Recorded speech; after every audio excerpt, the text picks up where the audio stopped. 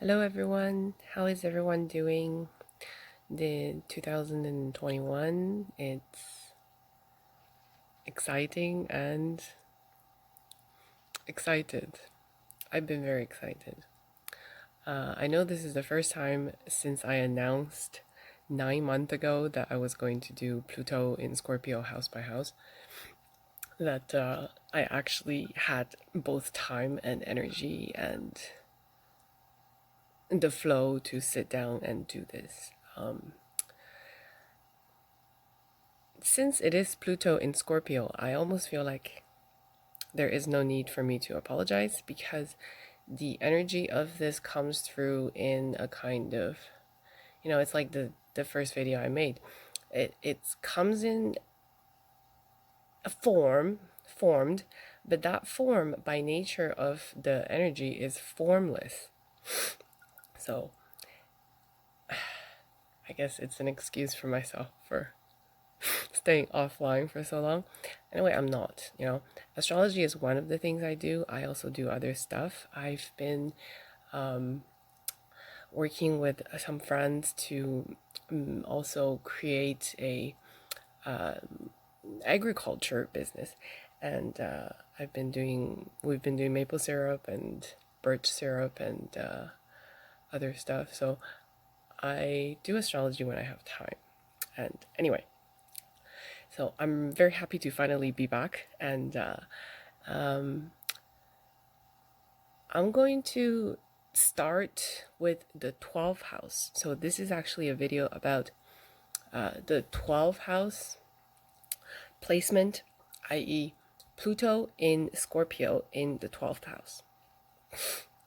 Now, Pluto in Scorpio in the 12th house.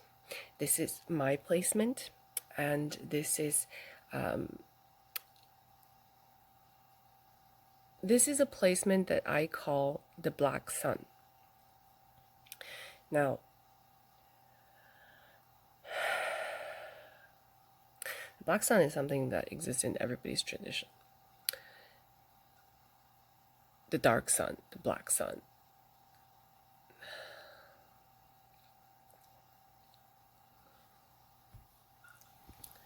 So, Pluto in Scorpio in the 12th house. Now, this placement that I call the Black Sun,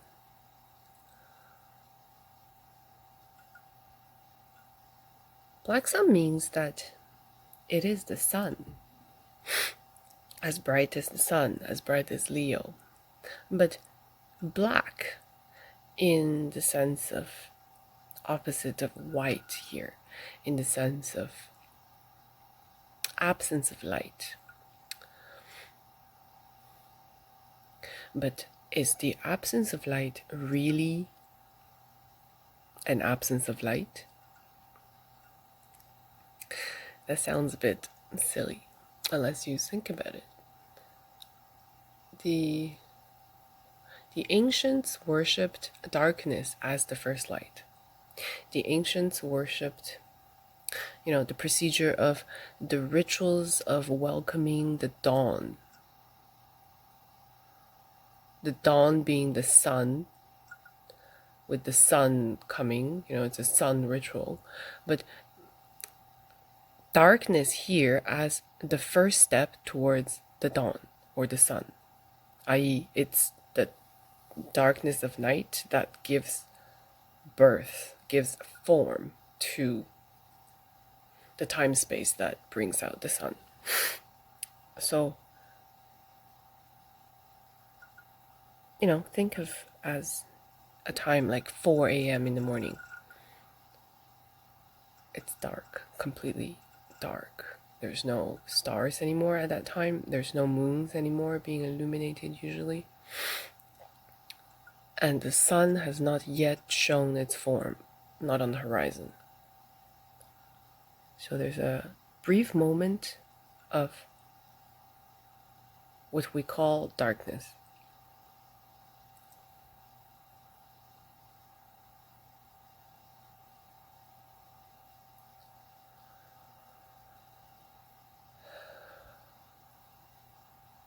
Now, when we look at an empty space that is held open by the darkness, are we looking at the oven, an empty oven, or are we looking at the fire?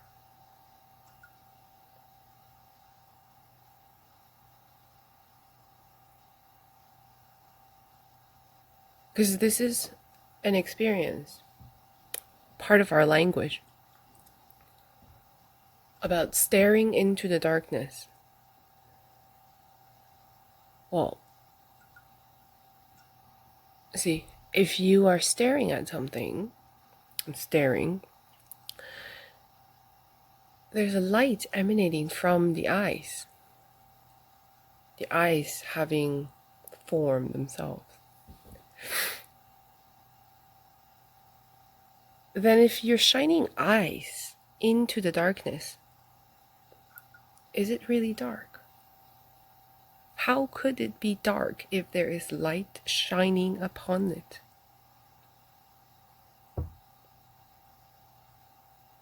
Now, the reflexivity of light is another story, but when the sun shines on the soil, which for the most part does not reflect unless there's snow or mineral in the soil, but is that really dark? Is the lack of reflexivity of light equates to darkness? Or does it not?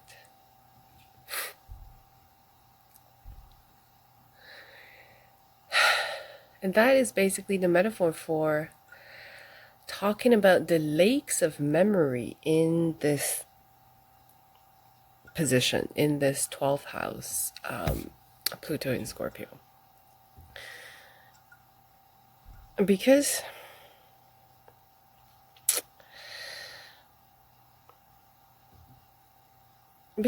for the whole life, for my whole life essentially, I deal with this.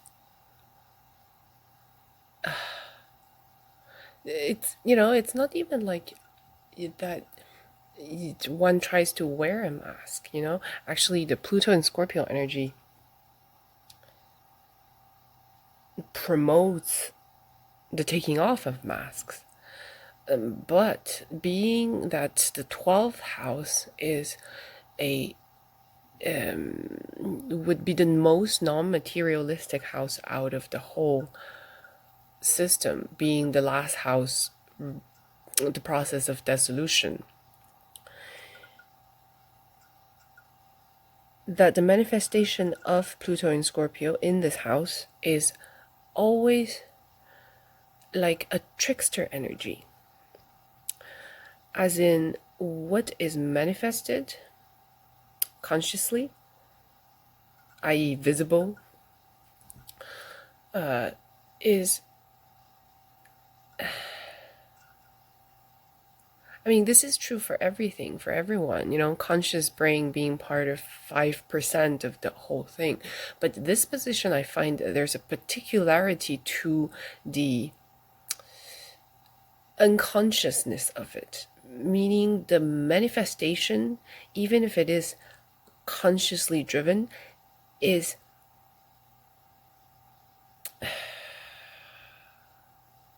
shows the dissolution, the dissolving of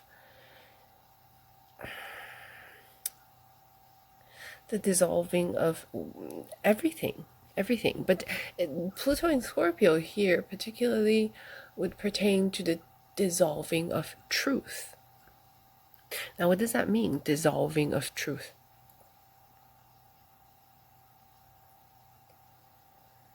When the dawn arises out of the darkness that is the night, is not the night and the darkness dissolved as the truth and into the truth, which is a different time, gives time for the sun, for the dawn. The truth, I think, here we're looking at is change. Change in time, which is the original meaning of the word flower. But this change in time is essentially the form of the formlessness that is the dissolution,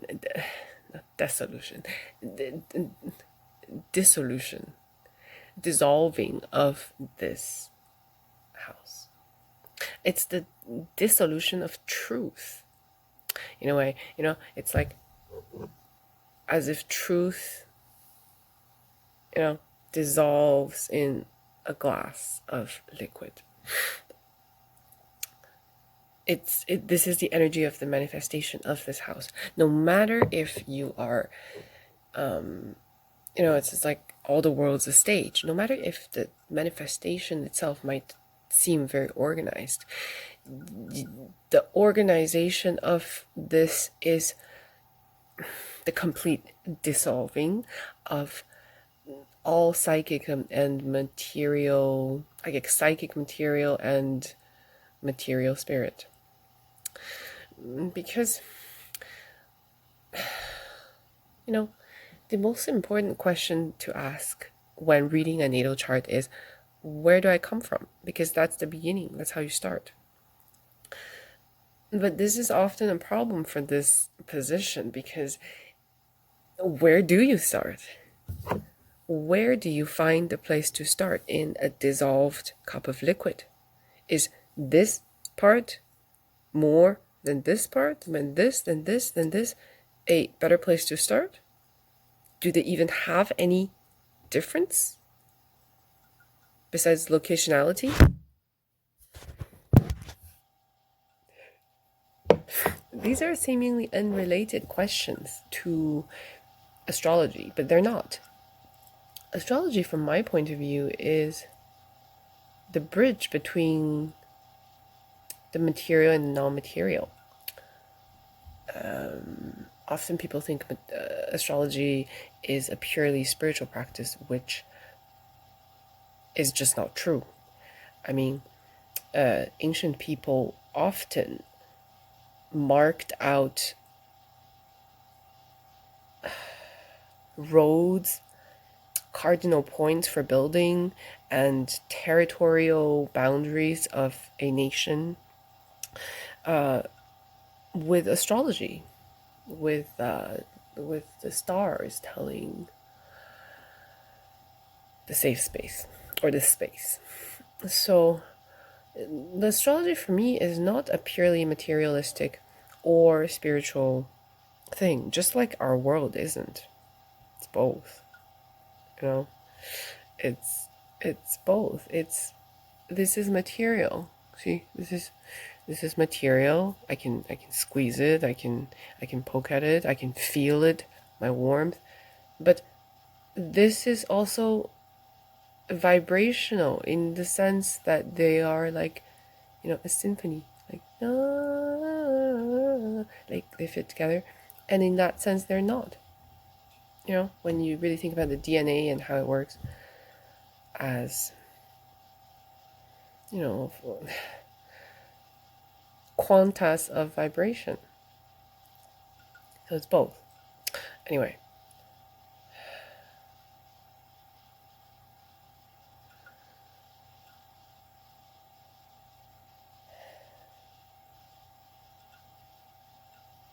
This is a highly sensitive position. Pluto in Scorpio is a water sign. Scorpio is fixed water.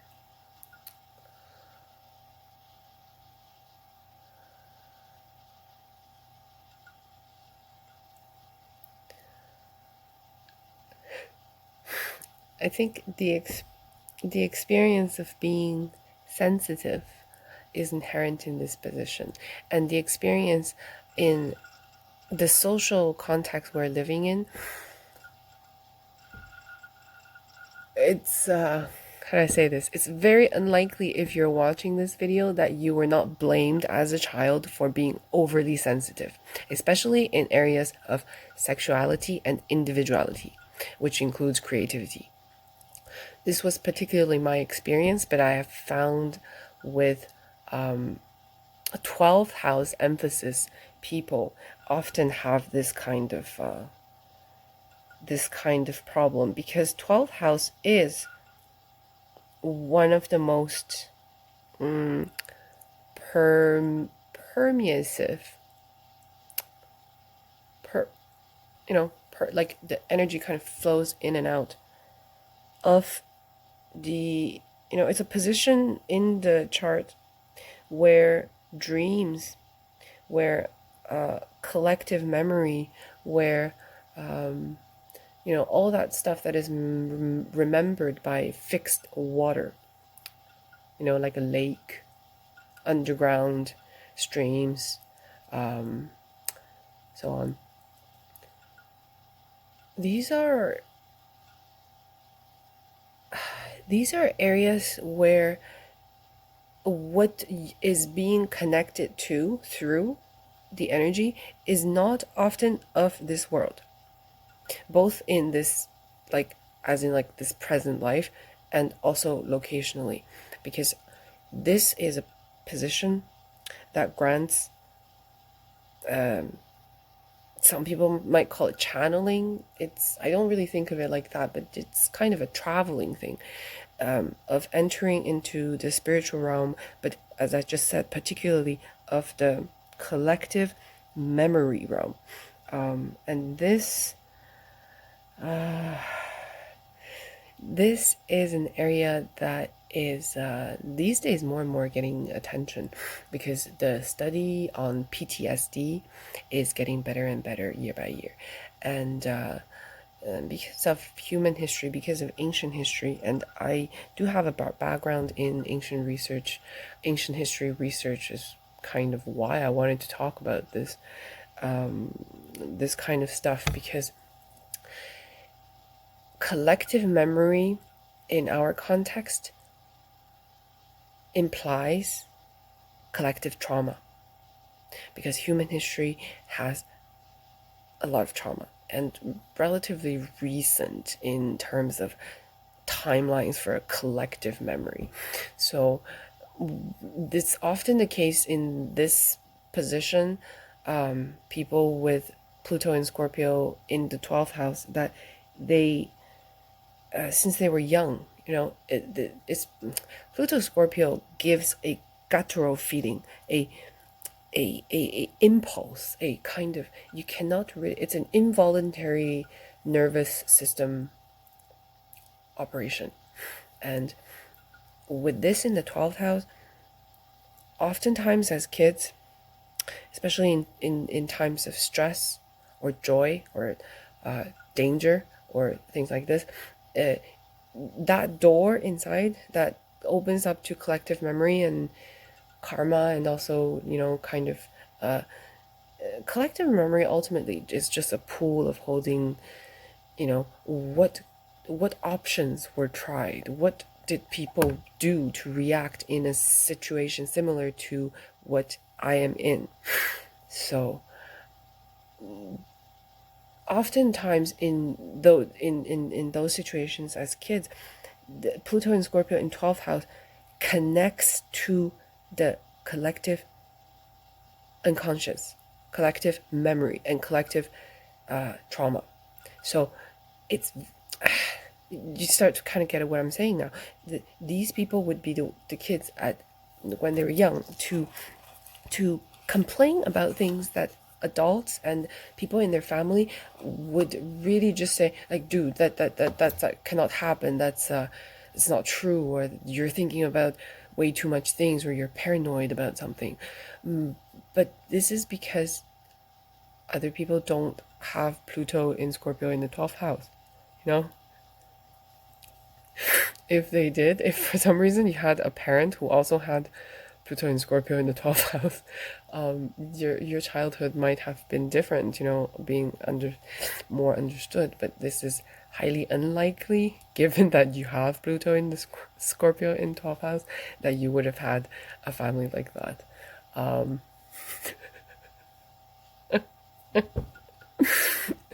Book a reading with me to talk about the trauma you have experienced in your life. I am genuinely offering my service as a healer. The other day, I talked about my theory that we here, Pluto and Scorpio, are actually here to play a healer role. I am taking this very seriously myself. I play piano. I do some agriculture business with my friends to produce local organic food, and I do this astrology for the healing purpose because I'm actually a very lazy person. Otherwise, like I would just sit under a tree and not do anything. But I do feel like that that we're in the early stage of realizing that we are waking up from PTSD. We are maybe just the beginning of this, which is very exciting because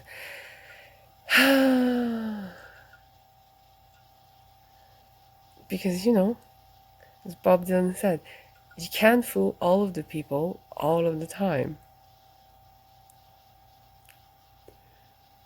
Thank God.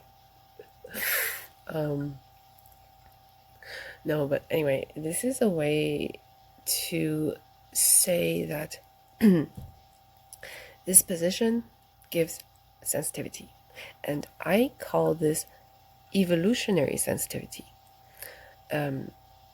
because of the context I was just giving, that this is not oftentimes what is being connected to through this position, in my experience and in my understanding of this position, is not personal. Not personal to the individual and not personal to the family and your situation where you grow up or your language or something. It's much deeper and much farther and further. Past life flashbacks is a very common experience for this position. As I personally believe, there is no such thing as coincidence in this world.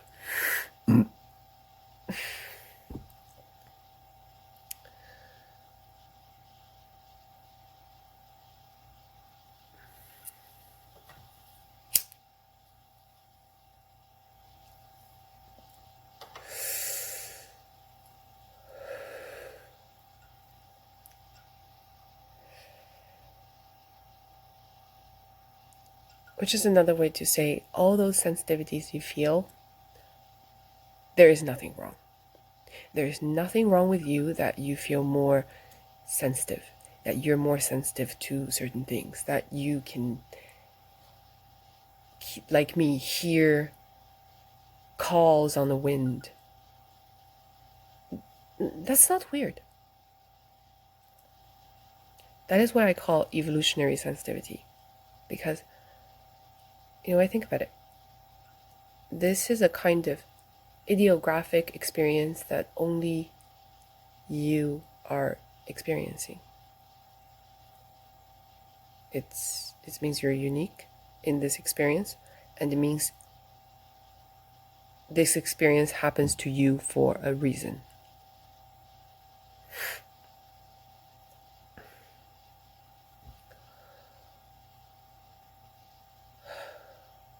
And you see what I mean now? I mentioned this in the first video, that this is a very gifted position and a very traumatized position, because these two things are actually related.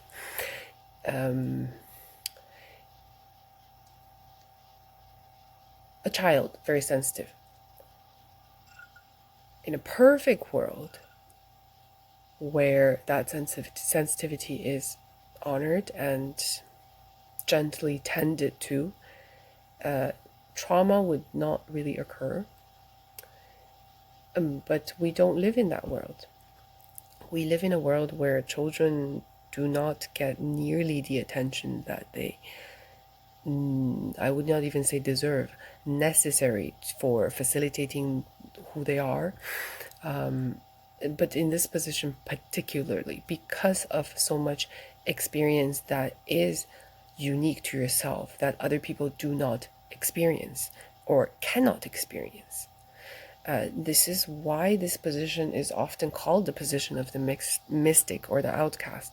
For the same reason, the mystic is often the outcast because he is experiencing mystical things that other people do not. Therefore, he becomes the outcast, but not because he did something, but in a sense because other people are not doing something. Not saying that that should not be the way, but that's kind of the structure of this. So it took me a long time to accept this in myself. I beat myself up for a long time about this. I used to be bulimic, and I struggle with bulimia and anorexia still. But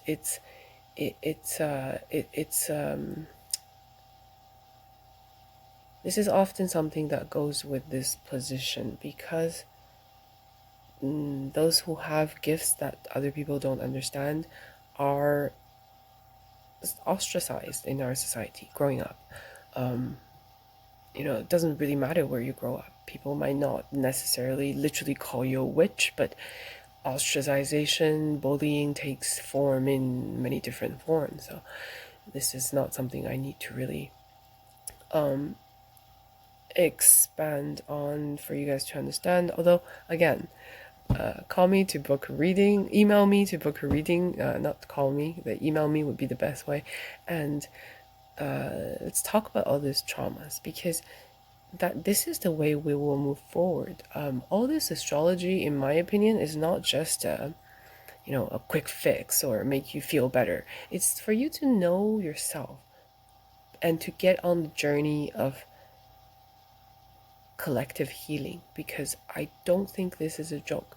I think we are at the beginning of a awakening, which is very exciting, and it's to it's that our ancestors actually prayed so hard for this moment to happen, because of the traumas. We are not really like human beings. We're living kind of almost like human beings, but not exactly. And this is something I will get more into in the next video. This was a video, I would call this the water energy of Pluto in Scorpio in the 12th house. I'm going to make different videos on different energies of the elements: water, fire, air, and earth. And this was one to talk about the water energy, what I call the lakes of memory, because the lake of memory is the black sun. The lake holds the treasure. The black sun shines the treasure. It's set up like a mystery, this position. It's set up like a riddle, like a funny joke that you only get after you give up.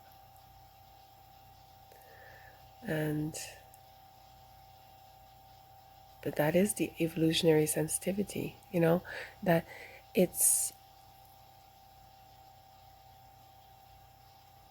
we care, or we realize that we are cared for, and we realize that we, I think we all go through the period where we think all of this suffering and trauma was for nothing. But then you go through your Saturn return at age 27 and everything starts to make sense.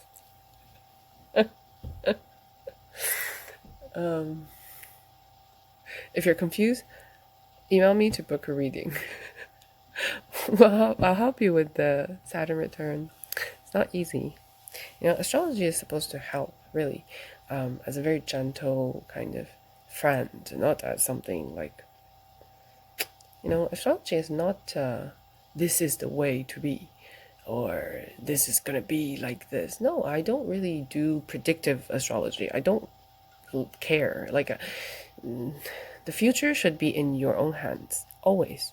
And don't listen to other people to say this is going to be the future. Like never fall for that. Never. Okay, always have a plan for yourself, even if it's stupid. Like, you know lots of plans just starts by, I'm going to the country and grow pumpkins for the next 20 years. Like, it doesn't have to make sense. You can modify it as you go along. First year I grew pumpkin. Oh, then I realized I could grow beans. Then I realized I don't really like to grow pumpkins, so I started to grow beans and tomatoes, or something else. It doesn't matter. But don't believe other people when they say, like, the astrology, this is your destiny because this is your astrology. No, there's a destiny in every moment, in every breath, in every heart, every heartbeat. It's up to you. It's not up to astrology. You are the star walker. You are, the natal chart is part of you. You are not part of the natal chart. You understand? Anyway, this was fun. I like talking to you guys. I hope you enjoy this, and look forward to more. Subscribe and hit the like button. Thanks very much.